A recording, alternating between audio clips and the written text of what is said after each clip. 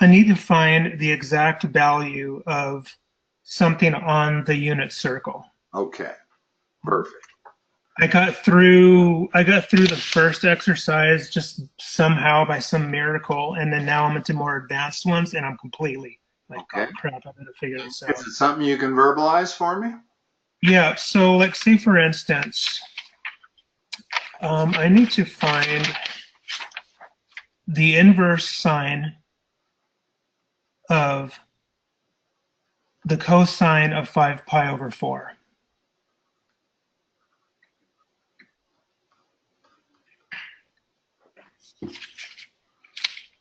Now I can find the cosine of 5 pi over 4 on my unit circle, but I have no idea how they got to the answer that they did. Okay. What is the cosine? Since this is these problems where they give you a combination of inverse and regular trig function, it depends on which way they're going. But when they go this way here, well, I know what the cosine of 5 pi over 4 is. Which quadrant is that in? That is in over 4, the third quadrant. Correct. So it's third quadrant. And what's the reference angle, or what's the equivalent first quadrant angle? It would be pi over 4. Okay, so let me put that in brackets, kind of, just so we know what we're talking about. We know the number is going to be cosine of pi over 4, which is what? Is square root of 2 over 2. Okay, so now we can fill in, and is it positive or negative in the third quadrant? In the third quadrant, it's negative. Okay, so it's negative square root of 2 over 2. And now we have a relatively straightforward one. Where is the sine equal to negative square root of 2 over 2? What angle and in which quadrant? It's going to be in the first quadrant. Not negative. In other words, if we look at our unit circle, I'm not sure how you've learned it, but they teach all students take calculus, and that tells you what the plus or minus sign is going to be depending on the quadrant you're in. In the first quadrant, the A stands for all. The second quadrant, the S stands for sine only, but also it's reciprocal since they both have the same plus or minus sign. So that's really sine and cosecant. And in the third quadrant, it's tangent only, which means tangent and cotangent. And in the fourth quadrant, cosine only, which means cosine and secant. So that's how you tell which quadrant you're in. Now, did they ask you for all solutions in the unit circle? No.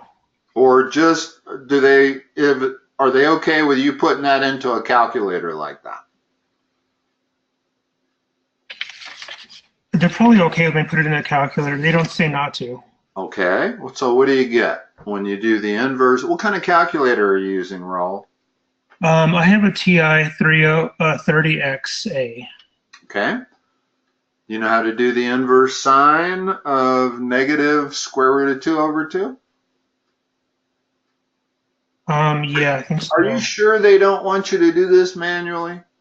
I think they do want me to do it manually. Yeah, when they give you angles that are multiples of 30, 45, or 60, or 90 degrees, those are usually problems that they want you to be able to solve from your knowledge of the unit circle and your knowledge of those two special triangles and things like that.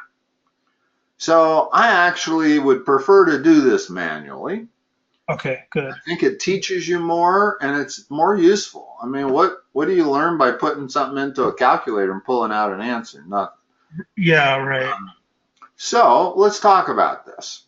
First of all, sine is negative in third and fourth quadrant. So we know we are looking for a third or fourth quadrant angle. Well, where is the sine equal to root 2 over 2? What angle?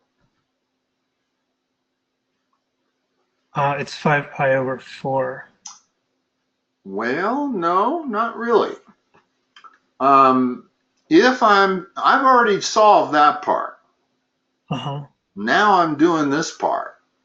In other words, the answer we got was negative root 2 over 2 for this. That is negative root 2 over 2. So now we're taking the inverse sine of negative root 2 over 2. Well, that's a 45-degree angle, okay? So that's pi over 4 also, but there's the negative pi over 4 angle. That's what your calculator is going to give you, is negative pi over 4. Because your calculator doesn't give you all of the quadrants in the unit circle that are correct. It only gives you the primary one. And with sine, the primary two quadrants are first and fourth. So if you take the inverse sine of a positive number, you get a first quadrant angle. If you take the inverse sine of a negative number, you get a fourth quadrant angle. Well, in fact, there's another angle in the third quadrant that's 225 degrees, which is what? That's pi plus pi over 4. That's 5 pi over 4. And that angle is also an answer. And that is a legitimate answer, and you can prove it by just going the other way. In other words, if you take the sine of 5 pi over 4 in your calculator, you're going to get negative square root of 2 over 2, or the equivalent number. So that's our two answers if our domain is the unit circle. In other words, assuming that they're talking about the angle being between 0 and 2 pi. If they're talking about that thing being unrestricted, in other words, if that domain can be all real numbers, then there's another way we have to write this. And it's like this. And you tell me whether you've seen this or not.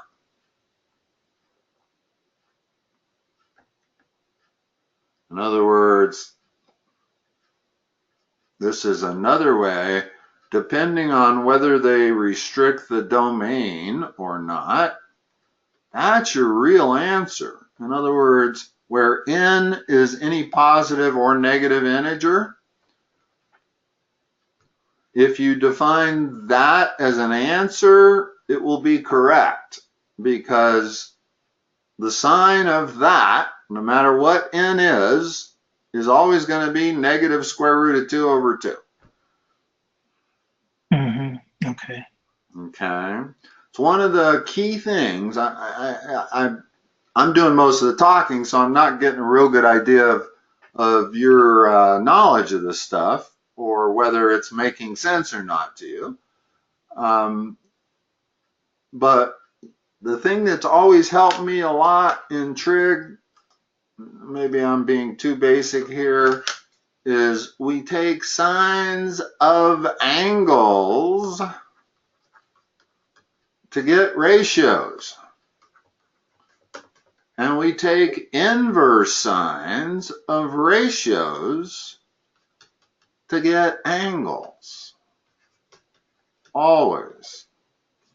In other words, if the sine of 30 degrees is 1/2, then the inverse sine of 1/2 is 30 degrees.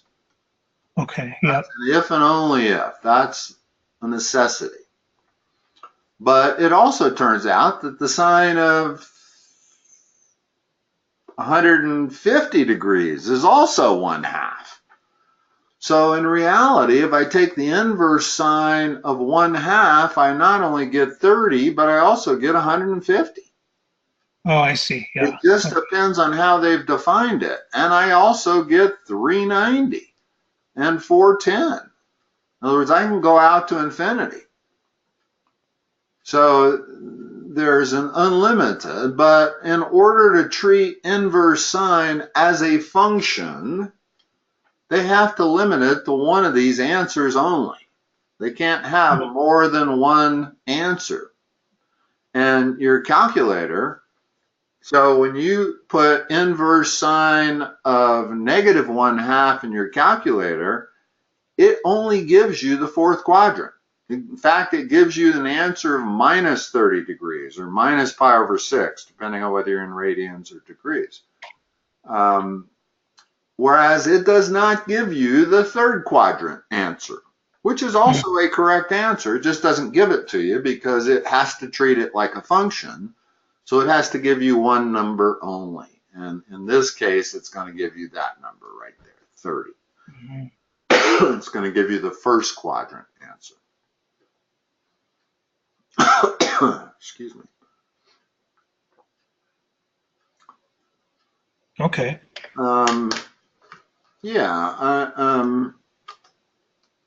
Probably the best way to proceed is for you to give me more problems, and we'll see if you can do them. Okay. Another one here is so arcos. That means that's the inverse cosine, right? That's the same thing. As this, yes.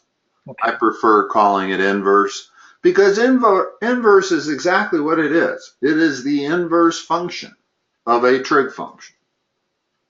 Okay. Just like multiplication and division are inverses of one another, addition and subtraction are inverses of one another. These two are inverses of one another. Okay. Right. Okay. So the problem is the inverse cosine of the sine of 7 pi over 4. Okay, similar problem as before. It actually gets a little more interesting if the thing in parentheses is the inverse and the thing outside the parentheses is the regular. But we can do this very straightforward. Start from the inside and work your way out. What's the sine of 7 pi over 4? And again, what's the reference? Are you familiar when I say reference angle? Yeah, I am. Well, at least I have it here on my What's unit the series. reference angle for 7 pi over 4? 315? It's pi over 4, which is 315. The reference angle is always the angle made with the x-axis, okay? So we're talking about an angle that is indeed 315. That's 315. But the reference angle is the angle always made with the x-axis, which in this case is theta, 45 degrees. Oh, yeah. Okay. Right. So now, all we got to do is figure out what's the sine of pi over 4 and what is its plus or minus sign. What's the absolute number, first of all? What's the sine of 45 degrees? It's square root of 2 over 2. And is it plus or minus? Which quadrant are we in? First quadrant. Actually, we're in the fourth. It's this angle right here that we're talking about. That is a fourth quadrant angle, whether I choose to call it negative or not. In other words, I can call that negative 45 degrees, but it's still in the fourth quadrant. If I call it 315 degrees, it's still in the fourth quadrant. So the plus or minus sign that's going to go with this is, what is the sign in the fourth quadrant? Is it plus or minus? Minus. And then what's the sine of 45 degrees? Root 2 over 2. So now the problem is turned into this. Okay? Right, and that's as far as I got. Okay. So you can, if we look at where is the cosine equal to root 2 over 2, let me draw the two most important triangles in trig. I'm sure you've seen these. This is the 30, 60, 90 right triangle, and this is the 45, 45, 90 right triangle. And you need to put some minimal dimensions on these because that's what produces all your trig ratios. Now on the one on the right, I suspect they've called it square root of 2, square root of 2, 2. Doesn't matter as long as it's the right multiple. Okay. So square root of 2 over 2, this answer right there, happens to be the same as 1 over square root of 2, right? Yes. Okay. So it's a 45-degree angle. That's what this is right there, is a 45-degree angle, but it's negative. So which quadrant does that place it in? The fourth quadrant. Not for cosine. Remember, all students take calculus. Cosine is negative in the second and the third.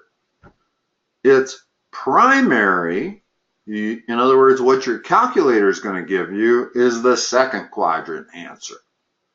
So what angle in the second quadrant is the equivalent of 45 degrees?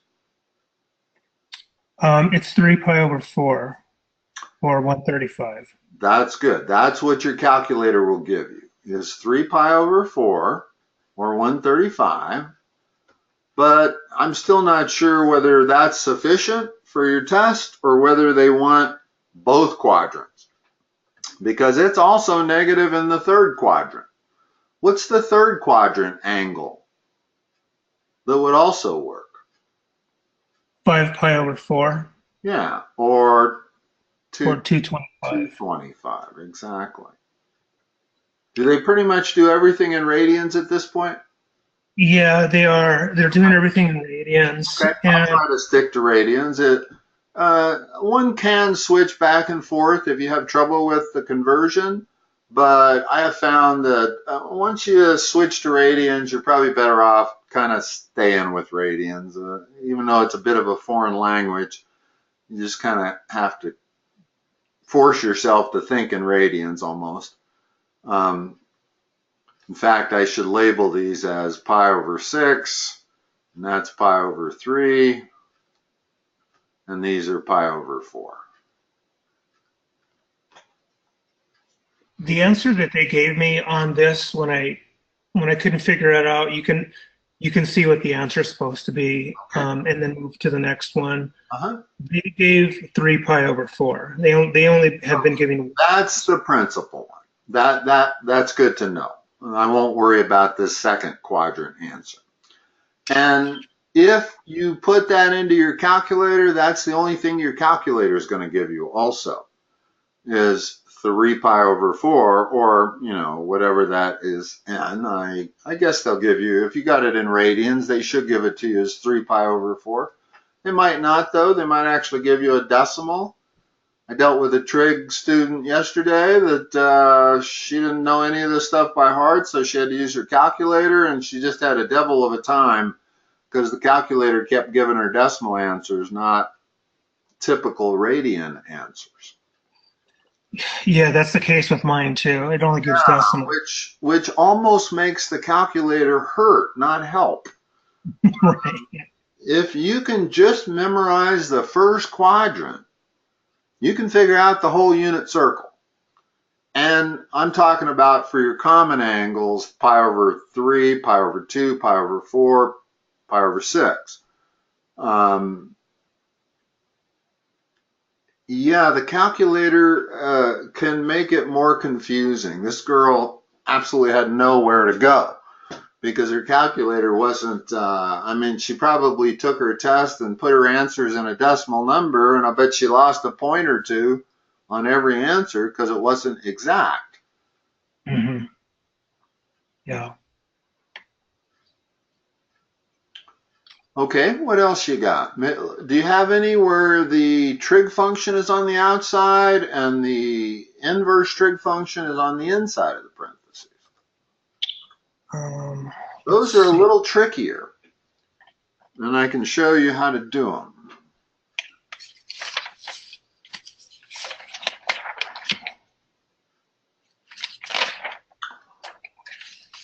Or something like the most traditional trig question is cosine of theta equals 3/4. Give me the other 6 trig functions or the other 5 trig functions. And we're in the second quadrant. In other words, theta goes from 0 to pi over, no, excuse me, goes from pi over 2 to pi. And that puts it in the second quadrant. And then they want you to tell them what's the sine of theta, what's the tangent of theta, and so forth and so on. Do you know how to do this? Because this really is almost the quintessential trig question. I can't imagine you'd ever take a trig test that wouldn't ask this kind of question. Yeah, no. Okay. No. So what's the sine of theta? Any idea on how to figure it out? Without a calculator? Sine, yeah, the sine of theta, I have it in my notes, would be opposite over hypotenuse, right? Is that? Okay. But the first step on these kind of problems is to draw a triangle and label theta. Now we can dimension 2 of the 3 sides. What are the 2 sides we can dimension? Because we know the cosine of theta is 3/4. So that has to be 3, that has to be 4. Now, using the Pythagorean theorem, we can dimension the third side. What's the third side? What's the side opposite of theta? It's that left side, that's straight. What is the dimension on it? In other words, you got to apply the Pythagorean theorem, which is the square root of 16 minus 9, so that's the square root of 7.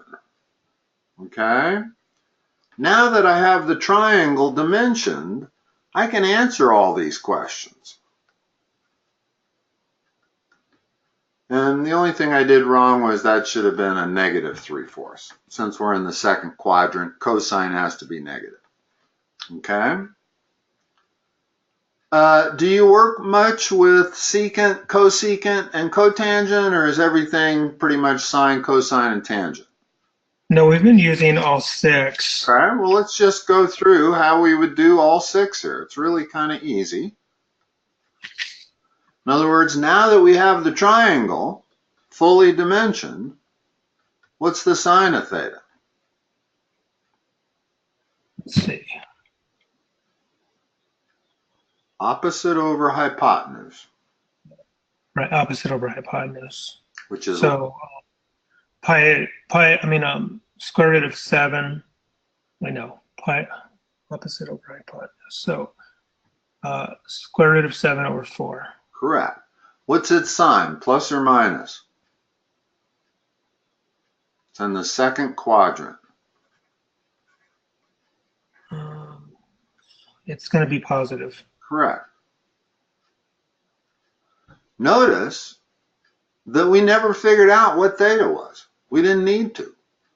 Now, you could have done this a different way. You could have put that into your calculator. It would have given you theta, and then you could have taken the sine of that theta. But this is far more instructive, because if they give you one trig function and tell you which quadrant it's in, you can always figure out the other 5. What's the tangent of theta? Opposite over adjacent, so square root of 7 over 3. And what is its plus or minus sign? Tangent in the second quadrant.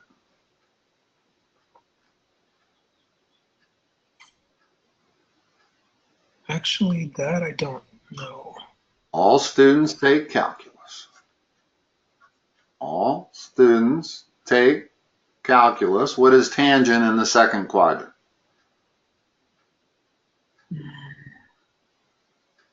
Remember, the only ones that are positive is sine and, of course, cosecant.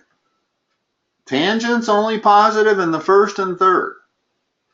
So it is negative in the second and the fourth. Negative, yeah. So it's negative. About the secant?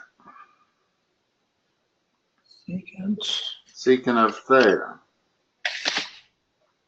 Remember, it's the reciprocal of cosine. So all you got to do is look at what the cosine is and flip it. It's got to be minus 4 over 3. Hypotenuse over adjacent. Yeah. But everything is based on this triangle. In other words, by giving you one trig function value, it allowed you to dimension the entire triangle without figuring out what theta was. But once you dimension the triangle, you don't need to know what theta is. You can do all these other problems. Mm-hmm. Yeah, I see. And this really is, I've never seen a trig test that wouldn't have a problem like almost exactly like this. And it does get into what I was hoping you would give me, which is something like this.